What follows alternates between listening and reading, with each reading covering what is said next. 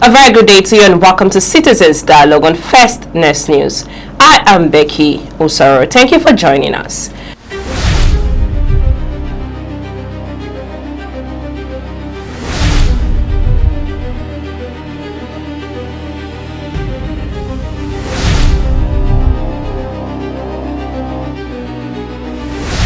We'll begin with a developing story that has stirred intense reactions across Nigeria. Yesterday, Monday, in Abuja, dramatic scenes unfolded at the Federal Capital Territory Administration Secretariat, where protesters were seen chasing the convoy of the FCT Minister Nyesom Wike.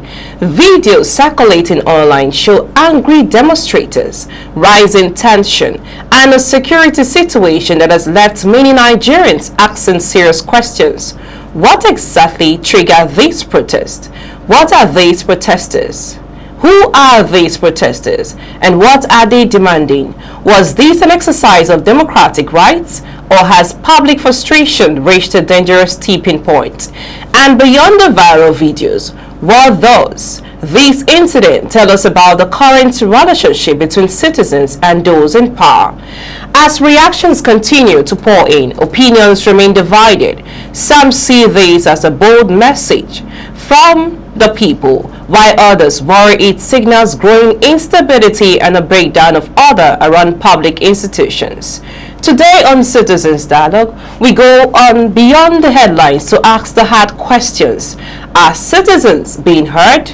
Is political tension escalating? And what lessons should government and security agencies take from this moment? To help us break this down, I'm joined by King Sojalo, a political analyst. Please stay with us.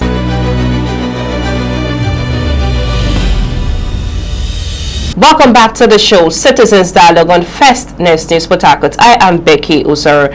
On set here with me is King Sojalo, First Nest political analyst.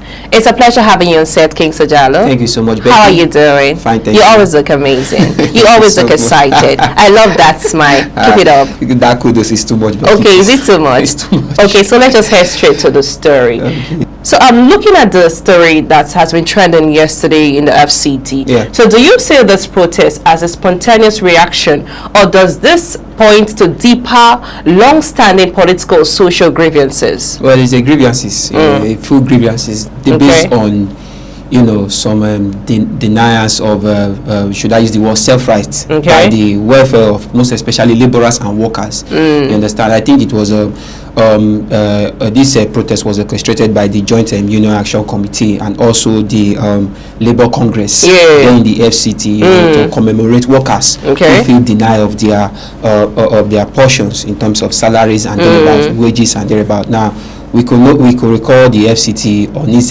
renewed agendas in his hometown. We are talking about here in Rivers State and also in some other designated areas. You understand? So I think this is one of the reasons and contribution. You understand? We understand that is on an obligation to help the political career of his boss, the president. But nevertheless, I think when one is appointed, on a mission, is to face, it's a primary assignment, I think, first. But nevertheless, not that you should just, over-eliminate the most important thing which you are placed on seat for, you understand? So these people have really come out, their demand, and it has affected their well-being, you understand? What are now look at it, this unpaid entitlement, welfare issues, working conditions and thereabout, it's affecting them. There are people who are, ought to have been, given their wages, but unfortunately because of his disappearance, constant disappearance, that is why they are coming out now in this form, and it's really causing chaos in the FCT. You understand? So FCT is a place that ought to be, a designated place for the president, and it shouldn't be having this constant riot. But unfortunately, we can see the results. So, what does this incident say about the current state of public trust in government, especially in the nation's capital? Exactly, the nation's capital, that is the FCT. You understand? It definitely it's a medium to let those who are in power, most especially our governors and ministers, to look, concentrate more on your obligation. Okay. That is what it's all about. Doing the unneedful first before going for the necessities, which is very important for the well-being of the people, is what is really driving our society today. Governors neglecting their main obligation and going for other things. You understand? Yeah. I think yes, the election is fast coming. This election of a thing should be, at least, if at all it should be dealt with, at least we should also at least have maybe 70% of what they are assigned to do, cater for the welfare of the people. The people are most important. Okay, what is the election without the interference of the people? That is one thing. What is democracy all about? It's for the people. At least this governor should be aware of it. Campaign. INEC has not even mandated a particular time. Then a governor should know that when that time comes, that is when I will drive to that area of democracy, not dealing on the necessity in this crucial time that the country needs, the full duties of our governors and president at hand. You understand? So we have a lot of issues that we need to settle, rather than trying to bring out this renewed hope, defections and thereabout, celebrating defections, name all kind of things. So I think this is what is really affecting the system right now, that the government and the governors really need to know about. So could situations like this become more frequent if underlying issues are not addressed? Well, of course, it will continue, and from the look of things, I think it's going to validate in all states, not just in the. So, what step should political leaders take? Of course, concentrate more on the affairs of the people. Listen to the cry of the people, their demands, most especially the labor force. That is the most important thing. You understand? We not showing concern on the labor force. That is, I think you are trying to downgrade the economic power of the country. So I think the governors and thereabouts should concentrate more on the workforce and the well-being of the citizens. Thank you so much. Thank you, Becky. We turn attention to a decision that has sent shockwave through the southeast and beyond. Anambra State Governor Chukwuma Charles Soludo has ordered the shutdown of the Onitsha Mine Market for 1 week, citing continued compliance with the sit-at-home order despite government's directives to resume normal activities. And of course, we know Onitsha Market is one of the major markets, commercial, largest commercial markets in not just Anambra State, Nigeria. Of course, yes. You understand? So the question is, was shutting down the market necessary? Was it really necessary to show authority or a punishment that further burdens traders already struggle to survive? You see, because now that the market is shut down, is it not going to affect a lot of persons? Yeah, of course it will, because I looked at the statistics and it's right. I think Anambra State loses, because he was complaining about the loss. Yes, there was a statistic that was made that Anambra State loses 8 billion naira every shutdown on Mondays. You understand, and which is really affecting the system. That's a now, if you look at the action of Soludo, you understand. I think this is just a medium of a disciplinary means of, because he has tried every means. And let's see if this look. On Monday is a work day. This sit-at-home system should be abolished. The reason why it was even abolished, it's really not necessary. Well, because at that time when it was abolished, because of insecurity and all that, and the governor has given them the award, and I think he's already implementing security forces in that area, in that state. So I think the people needs to probably, from my observation, it seems they are used to this particular system, because it derived for a very long time. You understand, for a very, very long time, since year 2001. So in most cases, we won't really blame the people. It's going to be a gradual process for them to get used to this new development of the current city governor. So thereabout, I think because we also because I know there definitely a lot of critics will be out there saying, the action of the governor is too much on the people. But nevertheless, he has also made it clear that he's going to take. I think he has made mention of a particular duration of time, which is going to open on the 30th of January. So it's a disciplinary measure, and I think the people should follow suit. He said if they are buying towards the rule, because the market is shut down within this week. Then Monday is a new week. And then the Monday, if the marketers don't comply, that is going to also extend to 1 month. And he also said that if they still don't comply, he probably is going to extend it to a year. Of course, he said he's going to extend it to a year. I think during that video was even saying something about using a bulldozer to bring it down if they don't comply. Yes, that is it. So the people should... But in such, can economic sanctions succeed while dialogue and security assurance have failed? I don't think so. I don't think so. That is why in dialogues like this, the people really need to cooperate. You understand? Without the cooperation, one thing about most of our state and citizens lack is, they feel probably every commands, every order given by the state government may want to slow their businesses down. But the orders from governors sometimes uplift the economic system of that state, and I think that is what Solodo is trying to do. You understand? So it's for the people to comply. You understand?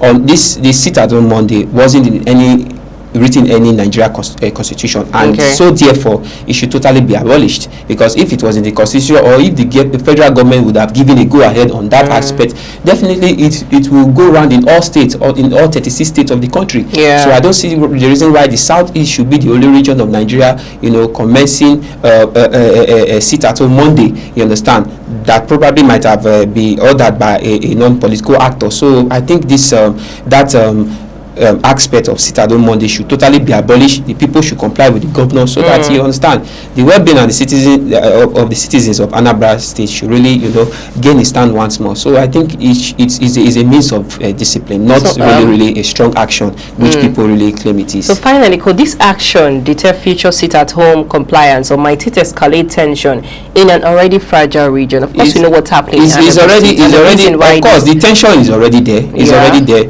All they just need to do is to comply. That is all. They need complicity, so that it will, and I bet you, if it's stopped. Are there strong security enforcement because of course, why people even currently in that market area, in that environment, there was security implemented even to stop those traders for trying to. Any trader who wants to violate the orders given by the state government should be sanctioned. You understand? So I believe in that media. The government is already put for a governor to come out and say, look, this system should totally be abolished. Definitely, I think he has made provision. And what are the provisions? The security system, he has boosting it, so that fear will leave the mind of the people. Because I think that was one of the major reasons they still go about that system. So definitely, Solodo is doing a nice work, and I believe he really has the people at hand. And the only thing I urge the people of Anambra State, most especially Onitsha, to really comply with him, and you see it will go fine.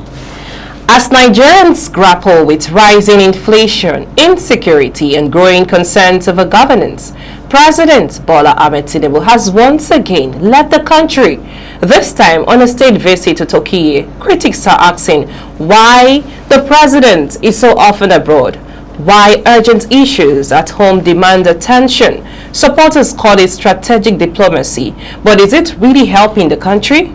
Or is Nigeria being left behind? Stay with us. After the break, we'll dig deeper into what this means for everyday Nigerians.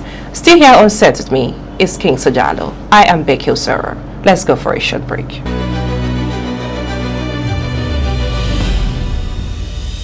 Welcome back to the show, Citizens Dialogue on First News Port Harcourt. I am Becky Osoro. Still here on set with me is King Sojalo. Thanks for joining us. We're looking at a story that their president, Bola Tinubu, has traveled to Turkey yesterday, being Monday. Now the question is, Nigerians are facing rising prices, insecurity, and governance challenging at home, yet the president is frequently abroad. How does this look to the average citizens, Jalo? Looking at what's happening in the country. It shows now. I think all this will also reflect in it, if really the people still truly want this same administration to continue in this form even next year, 2027. Now looking at it in the sight of the citizens, Nigeria, with this method, the citizens tend to lose confidence, like I usually say. You understand, in this leadership. You understand, the disappearance of its leader frequently. You understand, it's not just a one thing, it's not just a two thing. We're talking about like every month routine. You understand, the president traveling and thereabout. It looks as if he's less concerned about the crisis and situation. happening in Nigeria. But nevertheless, I think we can still play along in a dialogue form. That is his purpose of going. You understand? I think every president going for a country has one or two reasons. But nevertheless, you understand, your people first. That's what matters. Now, I think the movement. So is the trip, is it too often? Why does it come, to sitting president traveling abroad? Is there a line between diplomacy and yes, neglect? in the side of the president, he has one or two activities. Like currently, his purpose to Turkey, he said signing a memorandum that is of understanding with the country. It also talked about economic opportunities. That is for investment thereabouts. So far, so good for all the trip he has been going. Has there been any benefit? In part, that is the question, Becky. You understand? That is the question. We all, all this trip would have been bringing yielding positive results to our country. Let me take I'm not trying to measure our country with others, but look at Burkina Faso, for instance. Or is it maybe just some political optics? Exactly. Look at Burkina Faso, for instance. I think in most of the trip of Ibrahim Traore, with countries like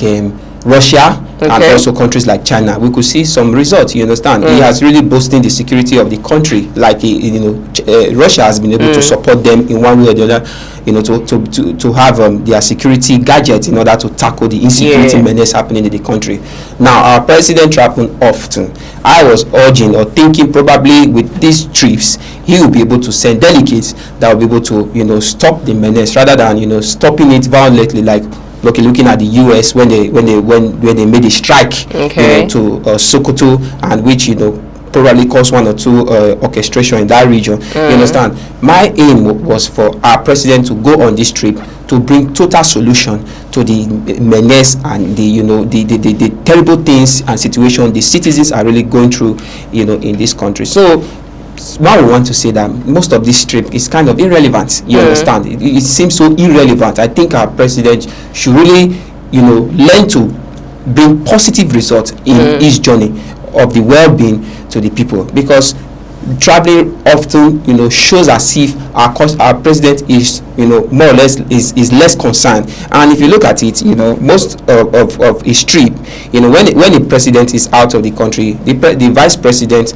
takes full control. Now if you look at most of his trip, there are no really deliberate action even from the vice president. So I think our leaders should really always learn to make sure that things are put in order in order for them to have less critics by high-profile people and also from the citizens, because it's becoming out of hand. So our president should always have this in mind, so that it will stop tarnishing the image and reputation of Nigeria. Okay, and someone shared her comment and said that governance is happening from planes and international meetings rather than the country itself. Is that a fair criticism? Of course, it's from the look of things, it is. You understand? With this current journey now, I think the president will come back anytime soon. You are hearing is outside the country again. So it looks as if politics are being ruled on plane rather than that. I think that criticism really match to this news headline. So our president should that, just like what I said. You understand? Our president should really know what they are doing in order to stop all these critics, because critics are really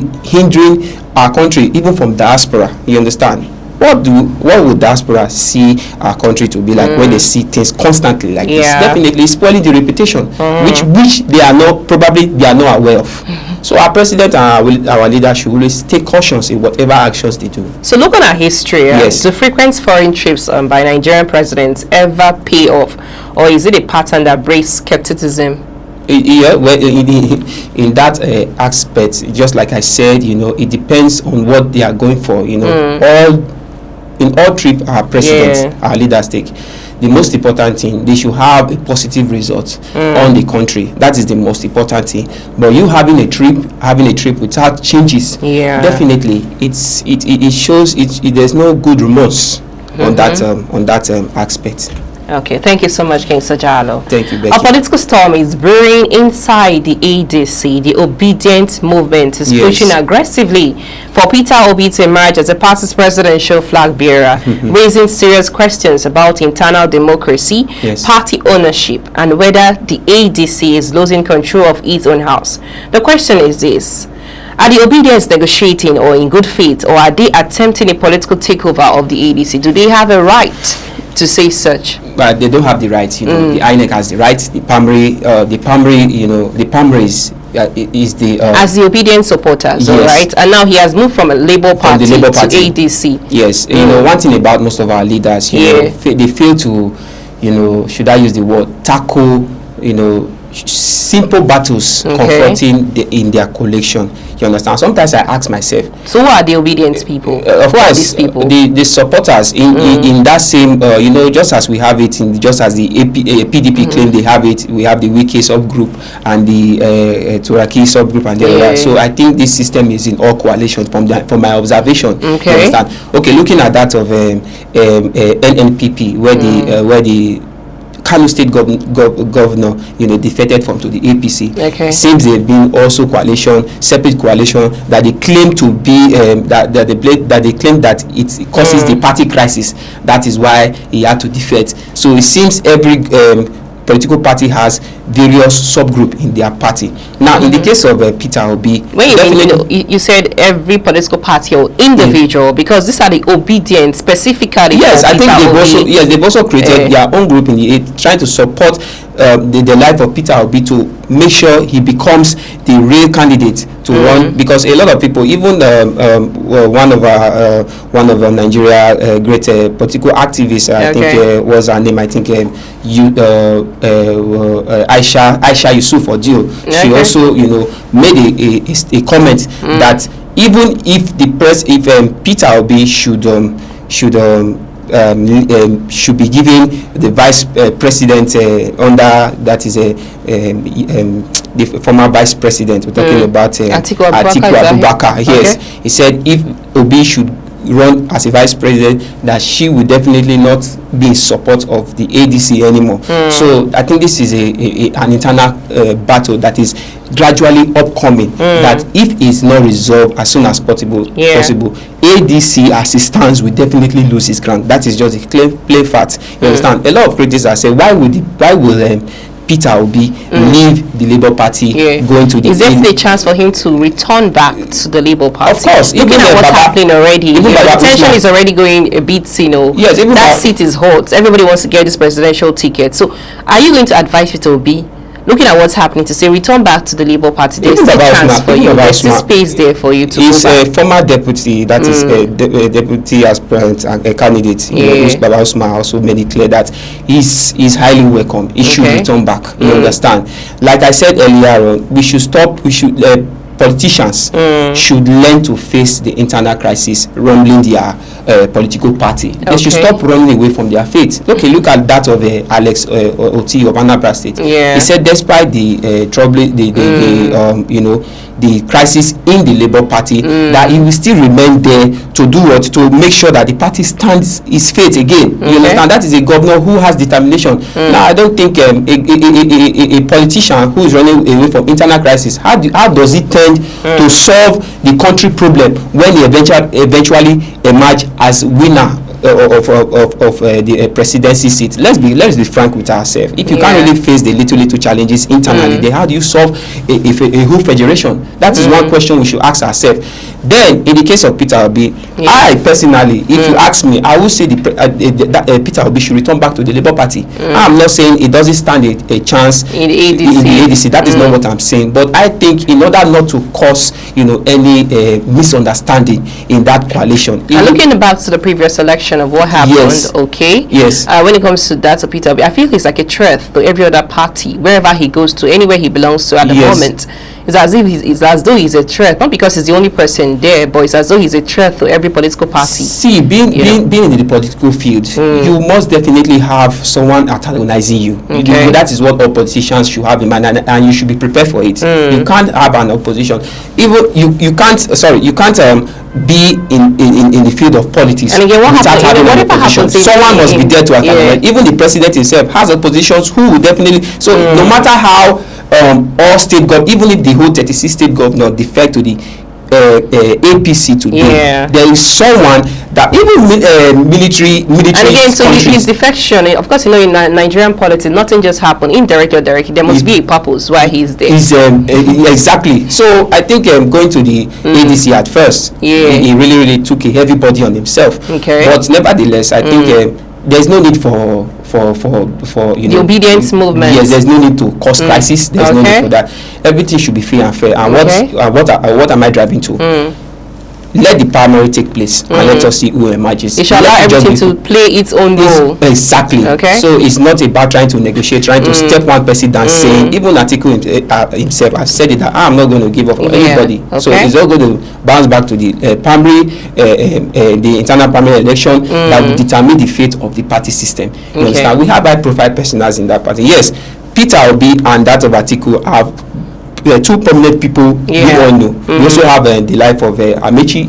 We also have the life of a lot of persons are there. A lot of persons are there. So let the primary do its free and fair, obligations, and let us see who will definitely emerge as the main candidate of that. The days are running over. Exactly. We're looking forward to what 2027 election is going to be like. There's no need for any individual start rumbling everywhere and say, oh, it must belong to this person or it must belong to that person. Thank you so much, King Sojalo. Thank you, Becky. It's always a pleasure having you on set. Thank you so much, Becky. Thanks, everyone. That's our show for today. Citizens Dialogue on First Dance News. I am Becky Osoro. Many thanks for watching.